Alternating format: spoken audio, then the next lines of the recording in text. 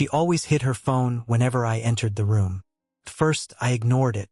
I trusted my girlfriend, Brittany, and I didn't want to become the kind of guy who constantly questioned everything she did. But over time, her behavior became impossible to ignore. I'm 29 and live a quiet, pretty normal life. I own a 2-bedroom condo in a peaceful neighborhood, drive a paid-off Tacoma that I'm extremely proud of, and spend most of my free time restoring old furniture, working in my garage, or hiking around the Poconos with my 4-year-old German Shepherd, Cooper. I met Brittany in August 2022 at a friend's backyard barbecue. She worked as an event coordinator at a hotel and had an energetic personality that immediately caught my attention. We clicked almost instantly. She liked that I owned my own place, thought my furniture restoration hobby was creative, and loved Cooper from the beginning. Dating her felt easy.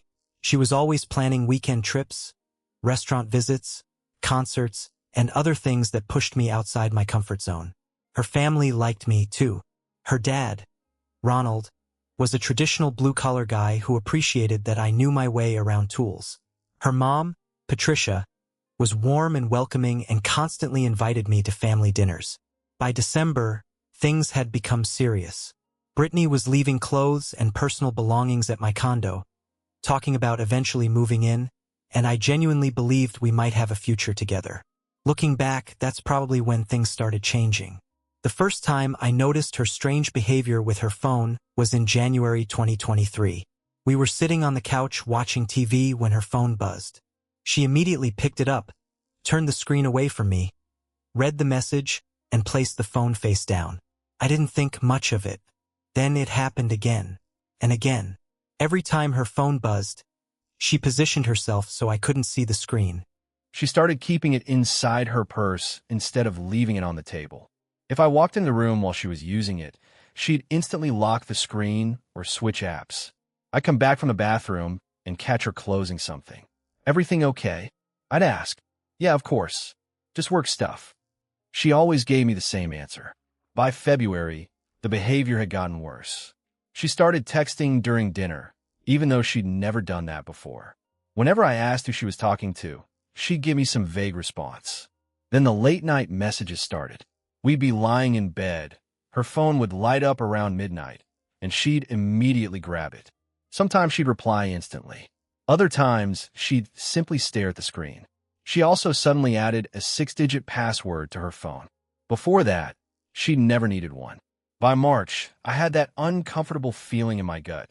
The feeling you get when you know something isn't right, even though you can't prove it. The strange part was that Brittany was still affectionate. She still came over several times a week and acted like everything between us was perfectly fine. But the phone secrecy kept getting worse. Then April came. Suddenly, Brittany had endless work events. Weekend weddings, evening setup sessions, Sunday debriefs. Everything sounded legitimate, but there were far more events than she'd ever had before. She also started canceling our plans at the last minute. One weekend, we were supposed to hike a trail together, but once again, something had suddenly come up. That's when I realized this wasn't just about a private phone anymore. Something was happening, and I was about to find out exactly what she'd been hiding. She bailed 2 hours before we were supposed to meet, saying there was an emergency at work. We also had dinner reservations for our 8-month anniversary, but she pushed them back because she supposedly had to handle a venue crisis. Whenever I brought up how much time her job was taking lately, she'd get defensive. "I'm building my career. I thought you'd understand that, especially since you're so focused on your job too."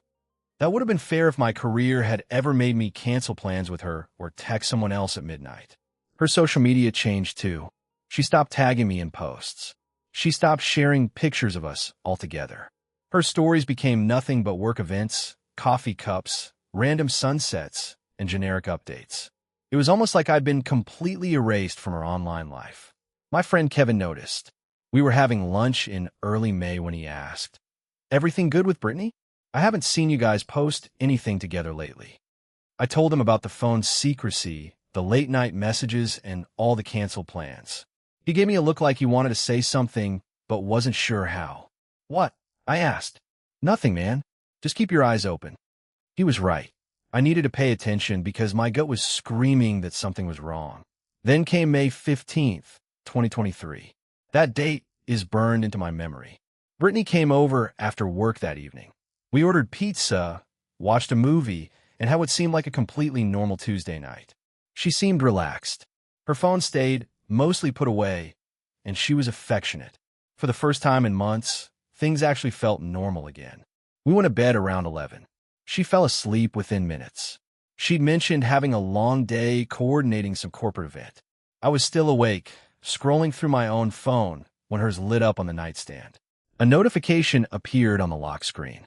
I only saw the name Drew and the first few words, "Can't wait to see you tomorrow." My heart dropped. Drew.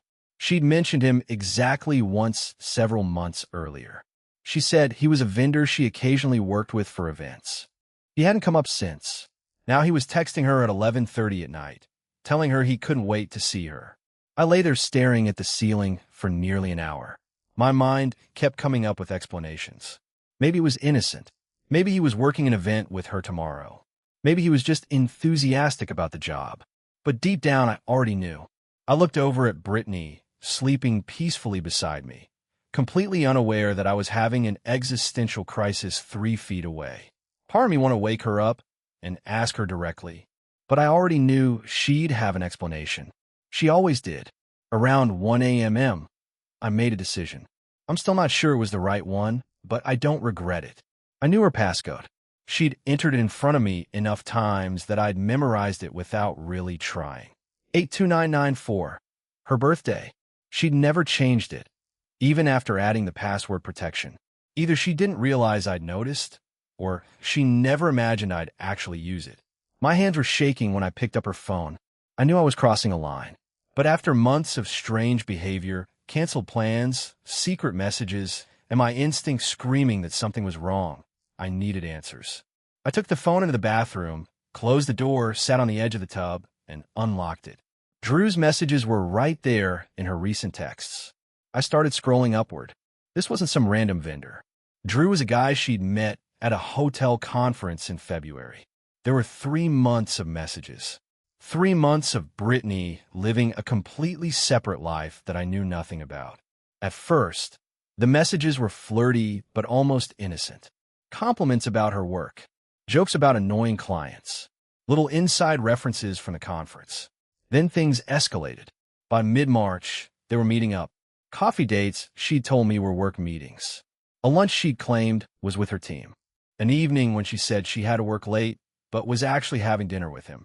She told Drew she was figuring things out with her current situation. She said she cared about me, but something was missing. I was stable and reliable, she told him, but maybe too predictable. Drew made her feel alive again, like she was 22 instead of 28. Like life was an adventure instead of routine. The more recent messages were even worse. They talked about getting a hotel room and referred to times they'd apparently already stayed together. She told him she'd deal with the boyfriend situation soon, but first needed to figure out the logistics. The phrase boyfriend situation hit me harder than anything else. She wasn't talking about someone she supposedly loved. She was talking about me like I was just a problem she needed to solve. My chest tightened. I felt like I couldn't breathe. And then I saw messages from literally the day before. Brittany had told Drew she was spending the night at my place, but couldn't wait to see him Wednesday. Drew replied with an inappropriate message about what he wanted to do with her. That was the moment I finally understood. The woman sleeping in the next room wasn't the woman I thought I knew. And whatever happened next was going to change my life completely. She responded to Drew's messages with heart emojis. I sat on a bathroom floor and read everything twice, making sure I wasn't misunderstanding anything or taking her words out of context. But there was no other explanation. It was crystal clear. My girlfriend of 9 months had been cheating on me for at least 3 of them. It was an emotional affair at minimum, and almost certainly physical. Worse, she'd already been planning to end things with me whenever it was convenient for her. The anger I felt was unlike anything I'd experienced before. It wasn't explosive. It was cold, controlled, and almost frighteningly calm. I wanted to wake her up and confront her. I wanted to scream. I wanted answers, apologies, and for her to feel even a fraction of the pain she had caused me. Then I thought, what's the point? She had already made her choice. She chose to lie, sneak around, and disrespect our relationship for months. Nothing she could say would change what I'd seen. No explanation could make it okay. So I made a different choice. I took a screenshot of the most damning conversation, the one where she called me the boyfriend situation and talked about ending things once she figured out the logistics. Just that one screenshot. I sent it to my own phone, deleted the evidence from her messages so she wouldn't know I'd saved anything, and placed her phone exactly where I'd found it. Then I climbed back into bed beside her like nothing had happened. I didn't sleep. I spent the rest of the night staring at the ceiling and making plans. By 5 a.m., I'd made my decision. I quietly got up, went to my closet, and pulled out my large hiking backpack and 2 duffel bags. I started packing the essentials: clothes, toiletries, important documents, my laptop, and tools that would be difficult to replace. Cooper immediately sensed that something was happening. He followed me around the condo, watching me with those intelligent German shepherd eyes like he somehow knew we were leaving. I packed his things too: food, bowls, his favorite toys, leash, and vet records. Brittany slept through all of it. That woman could probably sleep through a tornado, which worked in my favor. While it was still dark outside, I started loading everything into my truck. I made 3 trips, trying to stay as quiet as possible. I took the restored furniture pieces that meant the most to me: a writing desk I'd found in an estate sale, a bookshelf that had taken me 3 months to refinish, and a side table that had belonged to my grandfather. Anything I couldn't replace or simply didn't want her touching came with me. By 6:30 a.m., my truck was packed with basically everything that mattered. The condo looked strange with empty spaces where my furniture had been, but I didn't care. I'd figure out the rest later. I went inside one last time. Brittany was still completely asleep in my bed, with no idea that her entire world was about to change. A tiny part of me felt bad about what I was about to do. A very tiny part. I picked up her phone one final time, unlocked it, opened a conversation with Drew, and typed a message directly into their chat. "You can stop hiding now." Took me long enough to figure out, but I finally checked. Hope the adventure was worth it. P.S. The logistics are handled. You're free. Asterisk, asterisk. Then I opened her notepad app and wrote a longer message. By the time you read this, I'll be gone. Not just from the condo, although you'll notice that's mostly empty now, too. Gone as in you won't find me. You won't get the chance to explain, apologize, or feed me more lies. I unlocked your phone last night while you slept and read everything with Drew. All of it. Every message where you called me predictable. Every plan you made behind my back. Every time you chose him while pretending to choose me. I could have woken you up and confronted you right then. I could have demanded answers and listened to you try to explain away 3 months of cheating. But honestly, you don't deserve that much more of my time. Instead, I packed up what's mine and I'm leaving. Cooper is coming with me because I got him before we met, and he's legally mine anyway. The condo is in my name, so don't get any ideas about staying here. You have until Friday to collect your things. After that, I'm changing the locks, and anything you leave behind goes to donation. I'll leave a box by the door for you. Don't try to contact me. Don't call. Don't text. Don't show up at my work. Don't send your friends to contact me for you. We're done, and I mean that in the most permanent way possible. You wanted adventure and spontaneity. Congratulations. You get to start completely over. Hope Drew is worth it. P.S. You might want to tell your parents before they hear it from someone else. I doubt they'll appreciate finding out their daughter is a cheater through the grapevine. Asterisk, asterisk. I left her phone open to the note and propped it against a lamp on my nightstand where she couldn't possibly miss it. Then I took one final look around the condo I'd worked so hard to turn into a home. I looked at Brittany, sleeping peacefully in my bed. I felt nothing, just cold determination. At 7 a.m. on May 16th, 2023, Cooper and I walked out the door.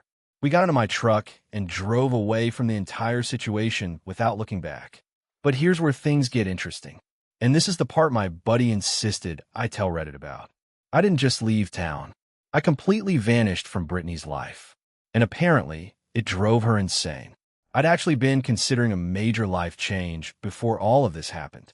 My company had been expanding and offered me a position at their distribution center in Montana. Better pay, a better title, and a chance to finally use my degree. I've been sitting on the offer for weeks, trying to decide whether I wanted to uproot my entire life. Brittany's cheating made the decision incredibly easy. Around 9 a.m., while I was stopped at a truck stop, I called my boss. That same morning, I called my boss and told him I was accepting the Montana position. I asked if I could start in 2 weeks instead of the originally discussed 2 months. He was thrilled. He said they'd been hoping I'd take the job and immediately started making arrangements. Then I called my cousin Brian, who lives in Montana. I told him I needed somewhere to stay for a few weeks while I searched for my own apartment. He didn't ask many questions. "Guest room's yours whenever you need it," he said. For the first few days, Cooper and I stayed at a cheap hotel 2 states away. I blocked Brittany's number, blocked her on every social media platform, and even blocked her friends and family. Complete communication blackout.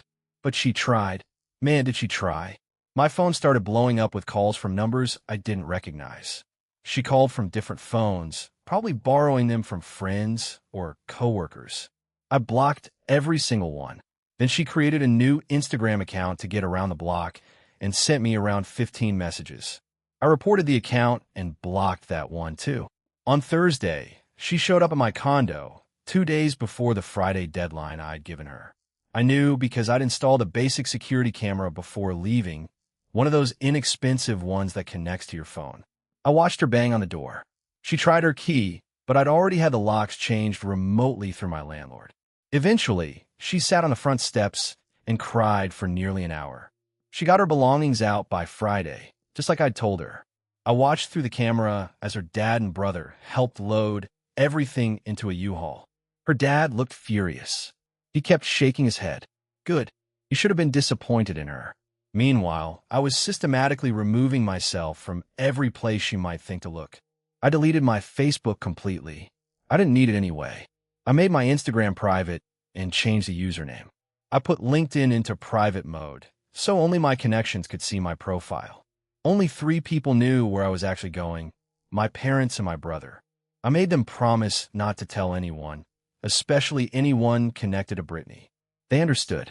My mom was furious when I told her what had happened. She wanted Brittany's address so she could give that girl a piece of her mind. I managed to talk her down, but barely. My Montana job started on June 1st. I found a small rental house on the outskirts of Missoula. It was perfect for me and Cooper, quiet neighborhood, mountain views, and a completely different world for Pennsylvania. Exactly what I needed. The job was intense, but in a good way. I was managing supply chains for the entire Northwest region, coordinating with trucking companies, and optimizing delivery routes. By the end of most days, my brain was so fried that I barely had the energy to think about Brittany. Honestly, that was perfect. I made friends with some of the guys at work pretty quickly. There's something different about Montana people. They're straightforward. They don't ask invasive questions. They judge you by your work ethic instead of your past drama. I simply told them I'd gone through a bad breakup and moved for a fresh start. They understood and didn't pry. On weekends, Cooper and I explored trails around Glacier National Park. That dog was in heaven. He had endless space to run, wildlife to track, and streams to splash around in. Watching him have the time of his life made the entire move feel worth it. I also discovered fly fishing, something I'd never tried before. There's something incredibly peaceful about standing in a river with nothing but the water around you, trying to outsmart a fish. I met some great people through it, too, and eventually joined a local fishing group that organized weekend trips. By August, I started dating again. Nothing serious. I went on a few dates with a woman named Rachel who worked at REI. We had some good laughs, but I realized I wasn't ready for another serious relationship yet. We stayed friends. She's actually the person who introduced me to rock climbing. As for my condo in Pennsylvania, I decided to rent it out through a property management company. I didn't want to sell it because the market was unpredictable and the place was already paid off. I let professionals handle everything remotely, so I never had a return. Life was genuinely good, better than it had been in months, maybe even better than when Brittany and I were together. I'd forgotten what it felt like to live without constantly wondering what your girlfriend was doing or who she was texting. The peace of mind was incredible. Then things got crazy, and I only know about it because some mutual friends kept me updated, even though I'd specifically told them not to. Kevin, the friend who had warned me to keep my eyes open, felt guilty about not being more direct with me. So every few weeks, he'd send me updates about Brittany. Man, you deserve to know what kind of crazy you dodged. Apparently, things with Drew fell apart almost immediately. She's actually the person who introduced me to rock climbing.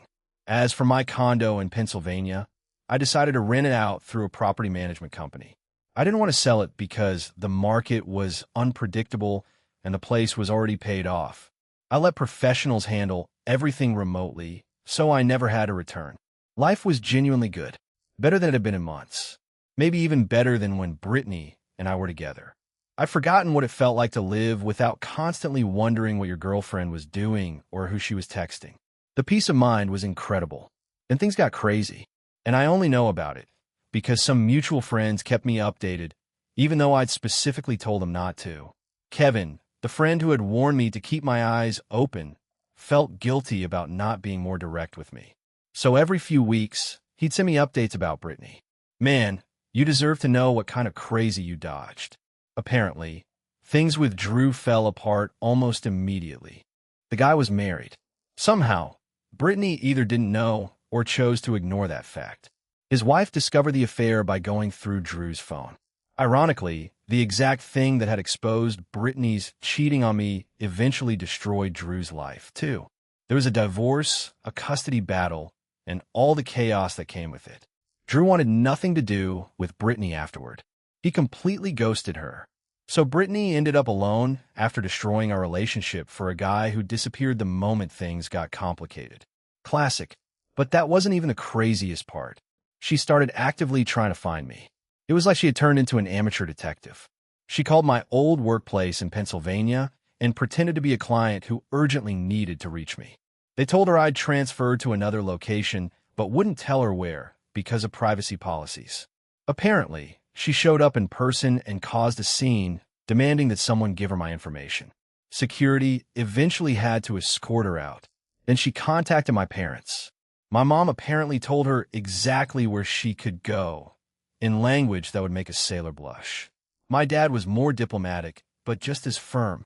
He told her to leave me alone and move on with her life. Then she tried my brother. He told her he had no idea where I was, which was technically true. I'd deliberately been vague about my exact location, even with him, for this very reason. She didn't believe him. She kept calling and texting until he finally blocked her, too. According to Kevin, she started asking around the places we used to visit. The hardware store where I bought furniture restoration supplies, the coffee shop near my old condo, and even the veterinarian's office where I'd taken Cooper. Nobody knew anything. Or, if they did, they weren't telling her. She even hired some sketchy online service to try to locate my new address. I only found out because one of my credit monitoring services notified me that someone had run a search on my information. The search came back empty because my Montana rental wasn't actually in my name. It was registered under an LLC I'd created for my property rental business. August turned into September, and she was still searching. Then she made a Facebook post asking if anyone knew how to contact me. She claimed it was an emergency and that she desperately needed to talk to me. My brother took a screenshot and sent it to me. The comments were brutal. A couple of people who knew what had happened basically told her to leave me alone and accept the consequences. Then October came, and she tried a different approach. She started posting things on social media that were obviously meant for me, hoping I'd see them. I wasn't checking her profiles, but mutual friends kept reporting the posts to me. She wrote about making the biggest mistake of her life and how she'd do anything for another chance to explain. One post especially stood out. Asterisk, sometimes you don't realize what you had until you lose it completely. I destroyed the best thing in my life, and I'll regret it forever. If you're reading this, please just talk to me. I can't move on without closure. Asterisk closure. That word actually made me laugh. She wanted closure after secretly cheating on me for months? After calling me the boyfriend situation? After planning to leave me on her own timeline once everything with Drew was arranged? She got her closure the morning she woke up and found that note on her phone. That was all the closure she was getting from me. Fast forward to May 2024, 1 year after I left. I'm thriving in Montana. I got promoted to regional operations manager, making significantly more than I did in Pennsylvania and managing a team of 12 people. For the first time, I actually feel challenged and fulfilled by my career. I also bought a small cabin outside Missoula instead of renting. Nothing fancy, but it's mine. 3 bedrooms, 5 acres, and a workshop where I've gotten back into restoring furniture. Cooper has what feels like an entire mountain to explore. And I'm seeing someone now. Her name is Caitlin. She's a wildlife biologist who studies bears in Glacier National Park. We met through the hiking group and immediately clicked. She thinks my furniture restoration hobby is cool, gets along amazingly well with Cooper, and most importantly, she's completely open with me. No hiding, no secrets, no suspicious behavior. She'll literally hand me her phone to check something while she's driving. And the relief of not feeling that constant spike of anxiety is incredible. Life is genuinely good. I wake up happy. I go to work satisfied. I come home to a peaceful cabin and a loyal dog. Sometimes Caitlin is already there cooking dinner because she finished her research early. It's the life I once thought I might have with Brittany. Except this version is real. It's honest. And it's actually built on trust. Then Kevin sent me the update that eventually convinced me to make this Reddit post. Last week, he messaged me. Dude, you're not going to believe this. Asterisk asterisk, he sent me a screenshot of a post Brittany had made in a Pennsylvania hiking group on Facebook. Apparently, she'd recently joined the group and was asking if anyone had seen me on the trails. She said she really needed to reach me about something important. Someone in the group recognized my name and told her they hadn't seen me in over a year and assumed I'd moved away. Her response was, "Does anyone know where he might have moved to? It's really important that I find him." Asterisk asterisk a year, Reddit. An entire year. And she's still trying to track me down. Kevin also told me she'd driven past my old condo a few weeks earlier. The new tenants had contacted the property management company because a woman had been sitting in a car outside, taking pictures of the property. The manager checked the security footage. It was Brittany. Apparently, she's also been using several dating apps. That's her business, obviously. But Kevin showed me one of her profiles because a mutual friend had matched with her just to see what she'd say. Her bio said something along the lines of looking for someone who values honesty and communication, which is pretty rich coming from her.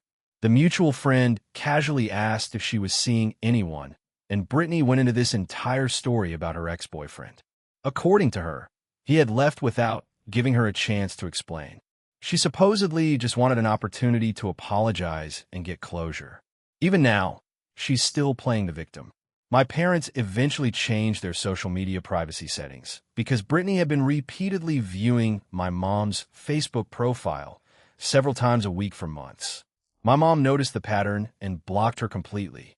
Brittany even tracked down my old college roommate, someone I hadn't spoken to in years. She somehow found him through mutual connections and sent him a long message explaining that we'd broken up, that she'd made mistakes, and asking whether he knew how to contact me. My old roommate took a screenshot and sent it to my brother, basically asking, "What the hell is this?" And somehow, things kept getting stranger. Kevin continued updating me about her increasingly desperate attempts. In June, Brittany started calling my old workplace in Pennsylvania again. This time, she claimed to be from my bank and said there was urgent fraud information concerning my account. The receptionist didn't believe her and told her to stop calling or they'd file a harassment report. Then, in July, she showed up at my parents' house. My dad answered the door. He told her I didn't live there, that I didn't want any contact with her, and then shut the door in her face. She sat in her car outside my parents' house for 2 hours until my dad finally called the police for loitering. The officers told her to leave and not come back. In August, she tried getting information through my old college. She called the alumni office, claiming she was planning a surprise reunion and needed my current address. They told her they couldn't give out that information and hung up. She called back 3 more times with different stories before they finally blocked the number. September was when things got really strange. She somehow found my old furniture restoration Instagram account. I'd barely used it, and I hadn't updated it since before we'd even met. She started commenting on old posts, asking me to message her. I deleted the entire account rather than deal with it. In October, she apparently hired some online service to try to track my phone number. I received a notification about suspicious activity, so I changed my number completely. I only gave the new number to family and a few close friends, with strict instructions not to share it. November came. My brother told me she'd contacted his wife through Facebook trying to get information about me. My sister-in-law took screenshots and sent them to me. There were long paragraphs about how she needed closure and couldn't move on without talking to me one more time. My sister-in-law blocked her immediately. In December, Brittany tried sending a letter to my old condo. The property management company forwarded it to their office instead of sending it to me. They called and asked whether they should open it or throw it away. I told them to throw it away unopened. They later told me she'd sent 3 more letters over the following weeks. Every single one went straight into the trash. January 2024 was another escalation. Somehow, she got my new phone number. I have no idea how. I started getting calls from Pennsylvania area code I didn't recognize, so I let them go to voicemail. She left a rambling 5-minute message about how she needed to apologize and wanted closure. I blocked the number and changed mine again. In February, my mom's neighbor called her and said some woman had been asking questions around the neighborhood about me. She wanted to know if I still live with my parents, where I worked, and whether anyone had my contact information. My mom's neighbor told her to get lost. My mom also filed a police report for harassment, just so there would be an official record. In March, Brittany found an old fishing buddy of mine on Facebook and messaged him. He screenshot the message and sent it to me. Another long message about mistakes, regrets, and how desperately she needed to talk to me. My buddy decided to mess with her. He replied, he moved to Alaska to work on fishing boats. No phone service. Can't help you. Asterisk, asterisk, apparently, she believed him. She actually started researching fishing companies in Alaska. In April, she created a fake LinkedIn profile using some random stock photo and sent me a connection request. I could tell it was her from the writing style alone. I declined the request, reported the profile as fake, and made my LinkedIn completely invisible.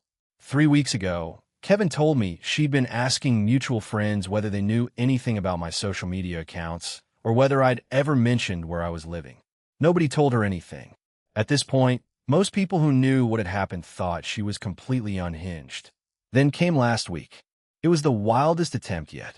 My property manager in Pennsylvania called me and said a woman matching Brittany's description had shown up at the rental office. She claimed to be my sister and said there was a family emergency. She wanted access to my forwarding address. The property manager obviously didn't believe her. They'd already dealt with Brittany's harassment a year earlier. They told her there was no forwarding address on file, which was true because I'd specifically asked them not to keep one. The woman became angry and started demanding to see records. Security eventually had to escort her out. The property manager asked whether I wanted to file for a restraining order. I told her to document everything for now and that I'd deal with it if things escalated further. Then yesterday, literally yesterday, my cousin Brian in Montana called me. Hey man, weird question. Did your ex somehow figure out I exist? Apparently, someone had called his workplace asking for him. She claimed she was trying to reach me because of an emergency and had heard that Brian and I were related. His coworker told her they couldn't give out personal information and hung up. But the fact that she tracked down my cousin, who lives halfway across the country, was a whole new level of obsessive. I asked Brian how she could possibly have connected him to me. We're not friends on social media. He's not in any family photos online. We barely interact publicly at all. No idea, man, he said. But this is getting creepy. You want me to do anything? I told him to ignore any future contact and let me know if it continued. So that's where things stand. I'm living in Montana. I've got the promotion, the cabin, Cooper, and a girlfriend who doesn't hide her phone whenever I walk into a room. Meanwhile, Brittany is apparently hiring skip tracers, or whatever she's using, to track down relatives she's never even met, showing up at rental offices pretending to be family, and calling random workplaces across state lines. Kevin sent me one more update this morning, and honestly, that was what finally made me decide to post this entire story. Brittany posted in that Pennsylvania hiking Facebook group again. This time, she wasn't asking about me directly. Instead, she wrote a long rant about toxic masculinity and men who run away instead of communicating. She claimed she was better off without someone who couldn't handle an adult conversation. The comments absolutely tore her apart. A couple of people who knew what had really happened called her out directly. One person wrote, "You cheated on him for months, and you're mad he didn't want to communicate? Girl, get help." Asterisk asterisk, she deleted the post within an hour, but not before Kevin took a screenshot and sent it to me with 3 laughing crying emojis. I showed Caitlin. She just shook her head. A year later, and she's still posting angry rants online instead of moving on. That's sad. It is sad, but it's not my problem. This week, I talked to a lawyer just to cover my bases. I documented every incident Kevin had told me about, the attempts to contact my family, the property management situation, the incident involving my cousin, and everything else. We built a timeline showing an entire year of harassment. The lawyer said that if things continue or escalate, I already have more than enough documentation to pursue a restraining order. He recommended waiting to see if she finally gives up on her own. Filing legal paperwork right now would reveal what state I'm living in, which would defeat the entire purpose of staying hidden. So for now, I'm keeping records, staying alert, and continuing to live my life. I installed a security system at the cabin just in case. There are cameras covering every entry point in the driveway. Cooper is protective enough that anyone approaching the house would probably set him off anyway, but better safe than sorry. I also told my boss about the situation, although I kept it vague. Crazy ex who won't let go. She might try calling the office. He appreciated the warning and told reception not to give out any information about me to anyone. My parents are being careful, too. They've stopped posting anything on social media that could reveal where I am. No location tags. No mentioning Montana. Nothing. My mom even wanted to post pictures from her visit last month, but decided against it. Brian is staying alert in case Brittany contacts him again. He works at a construction supply company and warned his co-workers that someone might call asking questions about him or me. Basically, I've built a wall around my new life, and I'm keeping it there. A few days ago, I posted an earlier version of this story in a smaller subreddit just to get it off my chest. I got hundreds of comments and messages. About half the people called me a legend for disappearing. The other half thought I should have confronted Brittany and given her a chance to explain. Some people said I was too harsh. Others said I went too easy on her. Someone suggested sending her a cease and desist letter to make everything official. My lawyer agreed that could be a good next step if the situation involving Brian leads anywhere. I also received messages from people who had gone through similar situations. A lot of them said things like, "I wish I'd done what you did." Some had stayed and tried to work things out and ended up regretting it. Others said confronting their cheating partners gave them the closure they needed. Everyone's situation is different. I did what worked for me. One message really stuck with me. A guy told me his ex tracked him down 3 years after he left. She showed up at his new apartment in another state. He eventually had to get a restraining order, and she violated it twice before finally backing off. He said it took 5 years in total before she completely stopped trying to find him. That message made me realize this might not be over anytime soon. Some people simply can't let go. Hashtag final update. This happened literally this morning, and it's why I'm adding this last section before posting. Kevin called me at 7 a.m. He never calls that early unless something is wrong. Dude, Brittany just posted asking if anyone has contacts at shipping companies in the Northwest region. She's trying to figure out where you work. I laughed. The Northwest region covers around 8 states and hundreds of companies. Good luck with that search. But then Kevin sent me the actual post. Brittany had written this whole explanation about how she was trying to send important documents to someone who used to work in Pennsylvania logistics and had transferred somewhere in the Northwest. And suddenly, I realized exactly what she was doing. She wasn't looking for a shipping company. She was looking for me. She said she'd pay anyone who could help her track down the right company. Most of the comments were people telling her to use LinkedIn or, better yet, stop stalking her ex. One person wrote, "This is weird behavior. Maybe just move on." Asterisk, asterisk, Brittany responded, "You don't understand the situation. I just need closure." Asterisk, asterisk, that word again. Closure. I called my lawyer and sent him the screenshots. He said this was getting dangerously close to hiring someone to locate me, which could potentially qualify as stalking. He told me to sit tight and see whether she actually followed through with offering money to strangers online. So now I'm waiting to see if she's desperate enough to start paying random people on the internet to help track me down. Caitlin thinks I should just get the restraining order now and be done with it. Maybe she's right, but part of me still wants to see how far this actually goes. I told my boss about the whole Northwest Shipping Company situation. He contacted HR and our legal department. They added a note to my file stating that if anyone specifically calls asking about me, they're not to provide any employee information and the call should be reported to security. My parents think this is starting to enter dangerous territory. My dad actually wanted to drive all the way to Pennsylvania and have a conversation with Brittany's parents. I managed to talk him out of it. Brian suggested I create a burner social media account and message Brittany directly, telling her to stop looking for me and just end all of this. My lawyer strongly advised against it. He said any contact from me could be interpreted as opening a dialogue. So here I am, a year and a half after leaving. She's posting in Facebook groups, basically crowdsourcing my location.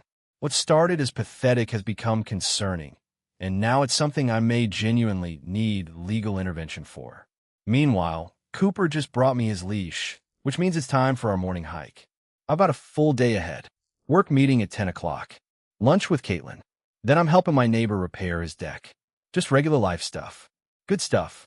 The kind of peaceful life I could never have had with someone who spent 3 months lying straight to my face. Brittany can post in every Facebook group she wants. She can hire every skip tracer and online search service she can afford. She can contact my family, create fake LinkedIn profiles, and show up at random rental offices pretending to be my sister. None of it changes the fact that I'm gone. And I'm staying gone. She had me for 9 months. 8, if you don't count the time she was secretly cheating. That was her chance. And she blew it. She doesn't get a do-over. She doesn't get closure. And she doesn't get anything from me except complete and total silence. Then Kevin sent me another message. Someone in the hiking group had responded to Brittany's post and said they worked at a shipping company in Washington. They asked her to describe the person she was looking for. She gave them a full description. My height, my build, my age, the fact that I have a German Shepherd, even the fact that I restore furniture as a hobby. The person replied, "This sounds like stalking. I'm not helping with this." Asterisk, asterisk, then they reported the post to the group administrators. The post was deleted. Brittany was banned from the group. That's now 3 Facebook groups she's been kicked out of for doing essentially the same thing. So yeah, that's my story. I caught my girlfriend cheating, disappeared without a trace, and have been living what is probably the best life I've ever had while she continues trying to track me down like some obsessed detective. It's been one hell of a ride, but I'm good. Cooper's good. Montana's good. And Brittany is still back in Pennsylvania, posting in Facebook groups and getting herself banned. That's the end of my story.